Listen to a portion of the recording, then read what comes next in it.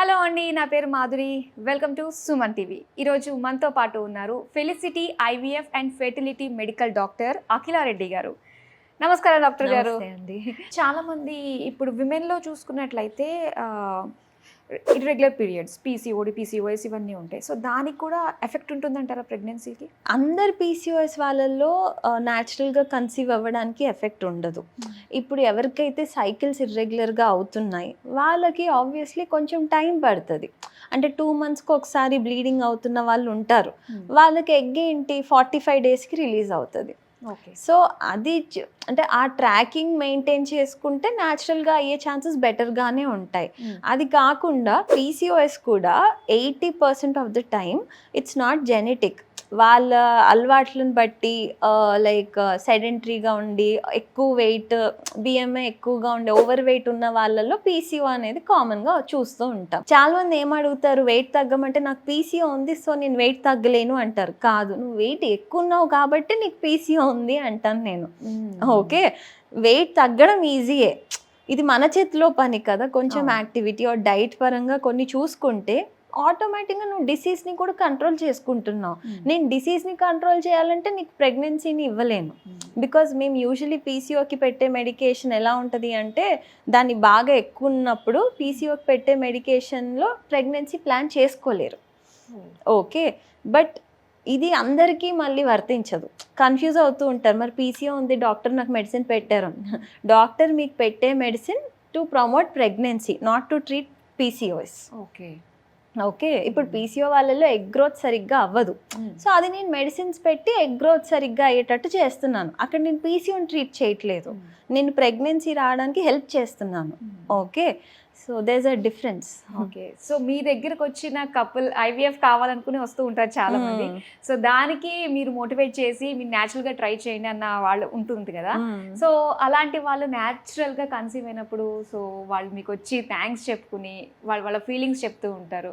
So మీరు కూడా వాళ్ళకు ఎగ్జాంపుల్గా ప్రతి ఒక్కరికి కూడా షోకేస్ చేస్తూ ఉంటారు. సో అలాంటి కేసు గురించి ఏదన్నా మాకు కొంచెం చెప్పచ్చు కదా. అలా చాలా ఉన్నాయి యాక్చువల్లీ. అంటే నేను మామూలుగా ఎవరు వచ్చినా డైరెక్ట్గా ఫస్ట్ మంత్ ట్రీట్మెంట్ చేయను.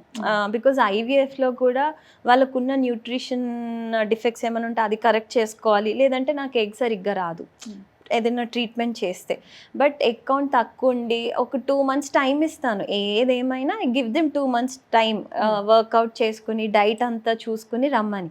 ఆ గ్యాప్లో కన్సీవ్ అయిన వాళ్ళు కూడా ఉంటారు. అంటే చాలామందే ఉన్నారు. బేసిక్లీ 0.6 AMHతో న్యాచురల్గా కన్సీవ్ అయిన వాళ్ళు ఉన్నారు, 0.3 AMHతో న్యాచురల్గా కన్సీవ్ అయిన వాళ్ళు ఉన్నారు. అంటే AMH అంటే ఎగ్ కౌంట్ని చెప్తుంది అనమాట. సో AMH ఎంత ఎక్కువగా ఉంటే ప్రెగ్నెన్సీ ఛాన్సెస్ అంత బెటర్గా ఉంటాయి అనుకుంటారు.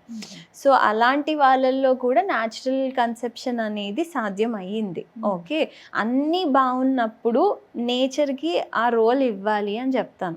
ఓకే, అంటే మనం కూడా కొంచెం ఎఫర్ట్ పెట్టాలి. ఓకే, అప్పుడు అవుతుంది. సరే అప్పటికి అవ్వట్లేదు అంటే yes, then you need to seek help. But first try చేయకుండా ఇదైతే న్యాచురల్గా ఎన్ని నెలలకి 6 నెలలకు అవుతుందేమో, ఐవీఎఫ్కి 2-3 monthsలో అవుతుంది కదా అనుకుంటారు. అందరికీ ఐవీఎఫ్లో 2-3 monthsలో అవ్వదు. అంటే అదర్ సైడ్ ఆఫ్ స్టోరీస్ కూడా ఉన్నాయి. బట్ మనం పాజిటివే వినాలనుకుంటాం కదా ఎప్పుడు.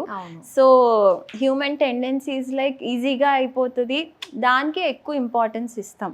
బట్ ఈక్వలీ ఇంకొక కపుల్ కూడా ఉన్నారు. ఐవీఎఫ్ చెప్తూనే ఉన్నాను బికాస్ తను చాలా స్ట్రెస్గా ఉండింది and 40 years almost. So 37 years, husband was around 40.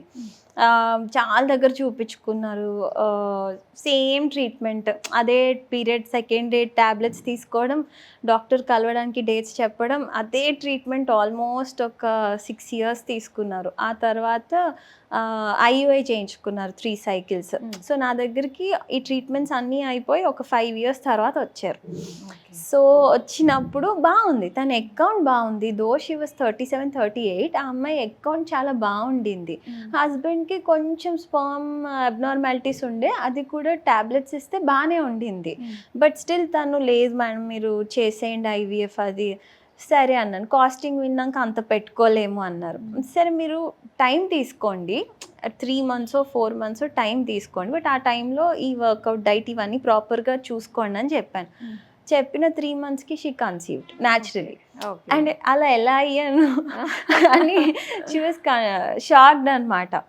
And కొన్నిసార్లు అంటే న్యాచురల్గా కన్సీవ్ అవ్వలేరేమో అనుకుంటారు, బట్ అయినాక వాళ్ళు ఇది కూడా అనుకుంటారు, అబ్బా డాక్టర్ నాకు ఐవీఎఫ్ చెప్పారు, అనవసరంగా చెప్పినట్టున్నారు, అయిపోయింది కదా అని అనుకునే వాళ్ళు కూడా ఉన్నారు. It's all in there activity and how they maintain their health. Even నా ఫ్రెండ్స్ చాలా మంది ఉన్నారండి. సో ఫస్ట్ అటెంప్ట్ లో వాళ్ళు ఐవీఎఫ్కి వెళ్ళారు. సో సెకండ్ ప్రెగ్నెన్సీ చాలా న్యాచురల్ గా వచ్చేసింది. ఇవాళ ఈ మధ్య అంటే దీస్ డేస్ ఇట్లాంటి కేసెస్ చాలానే విన్నాను. ఫస్ట్ ప్రెగ్నెన్సీకి ఐవీఎఫ్కి వెళ్ళడం, సెకండ్ అసలు ఏ ట్రీట్మెంట్ లేదు, నథింగ్, న్యాచురల్గా అయిన వాళ్ళు ఎంతో మంది ఉంటారు. అసలు ఫస్ట్ది కూడా వాళ్ళకి న్యాచురల్గానే అయ్యేది ఇలా అనిపిస్తుంది అప్పుడు. బట్ ఆ పేషెన్స్ చెప్పా కదా, మనం ఆ టైం ఇవ్వము. అవ్వట్లేదు ఆ ప్రెషర్, చుట్టుపక్కల ఉన్న వాళ్ళు ప్రెషర్, మళ్ళీ చుట్టుపక్కల వాళ్ళు కూడా ఇప్పుడు వాళ్ళ సపోజ్ ఆఫీస్కి వెళ్తున్నారు, వాళ్ళ ఫ్రెండ్ కన్సీవ్ అవుతుంది ఎక్కడో చూపించుకొని, అక్కడికి వెళ్ళగానే ఆ అమ్మాయి కన్సీవ్ అయ్యి నేను వెళ్తాను అని వచ్చే వాళ్ళు కూడా ఉంటారు. బట్ వాళ్ళ ఫ్రెండ్కి అయినట్టు తనకు అవ్వకపోవచ్చు కొన్నిసార్లు. సో మనం ఎంతసేపు పియర్ ప్రెషర్కి గురయ్యి హేస్టీ డెసిషన్స్ తీసుకుంటారేమో అనిపిస్తుంది. కానీ ఇంత మాట్లాడిన తర్వాత మీ నుంచి ఇంత ఇన్ఫర్మేషన్ చూసిన మన ప్రేక్షకులందరికీ ఎవరైతే ట్రై చేద్దాం అనుకుంటున్నారో, ఐవీఎఫ్కి వెళ్దాము, ఫెర్టిలిటీ సెంటర్స్కి వెళ్ళిన తర్వాతనే మనం కన్సీవ్ అవ్వాలనుకునే వాళ్ళకి మాత్రం ఇది ఒక గొప్ప ఇన్ఫర్మేషన్ అండి. న్యాచురల్గా ట్రై చేయొచ్చు, just give it A time అని చెప్పేసి వాళ్ళంతటా వాళ్ళకే అనిపిస్తుంది.